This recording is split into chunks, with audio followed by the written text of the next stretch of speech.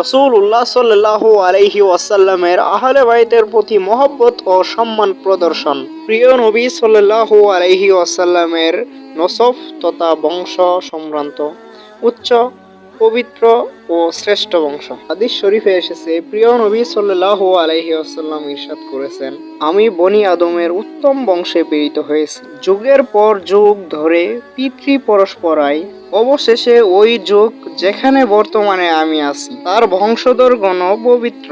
আল্লাহ তাআলা ইরশাদ করেন, নিশ্চয়ই হে আহলে বাইত, আল্লাহ চান তোমাদের থেকে অপবিত্র বস্তু দূর করতে এবং তোমাদেরকে উত্তম রূপে পবিত্র করতে। রাসূলুল্লাহ সাল্লাল্লাহু আলাইহি ওয়াসাল্লামের আহলে বাইতকে মহান আল্লাহ তাআলা সম্মানিত ও মর্যাদাবান করেছেন। সুতরাং ঈমানদারদেরও দায়িত্ব তাদেরকে মর্যাদা দেওয়া এবং মহব্বত করা। আর কেনই বা নয়, যেখানে মহান আল্লাহ তাআলা ইরশাদ করেছেন, আপনি বলুন, আমি এর বিনিময়ে কোনো প্রতিদান চাই না, চাই শুধু আপনার বংশধরের প্রতি ভালোবাসা। নবী করিম সাল্লাল্লাহু আলাইহি ওয়াসাল্লাম ইরশাদ করেছেন, হে আমার বংশধরগণ, আল্লাহর কসম, আল্লাহর ওয়াস্তে এবং আমার সাথে তোমাদের বংশ সম্পর্কের কারণে কেউ তোমাদেরকে মহব্বত না করলে তার অন্তরে ঈমান প্রবেশ করবে না।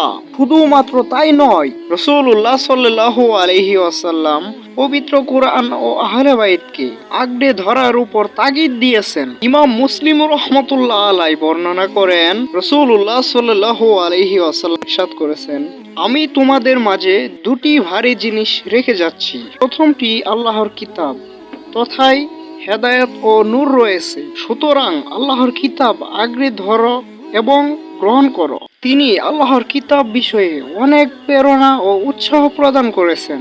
অতঃপর বললেন, আমার আহলে বাইত, তোমার আহলে বাইত সম্পর্কে আমি তোমাদের আল্লাহর কথা স্মরণ করিয়ে দিচ্ছি। এই কথা তিনি 3 বার বললেন। এখানেই শেষ নয়, ইমাম শাফি বলেছেন, আহলে বাইতে রাসূল ফরজ তোমাদের ভালোবাসা। নাজিলকৃত কুরআনের মাঝে তাই তো লেখা, তোমাদের প্রতি সম্মান শেষ হবার নয়, তোমাদের প্রতি দরুদ ছাড়া নামাজ নাহি হয়।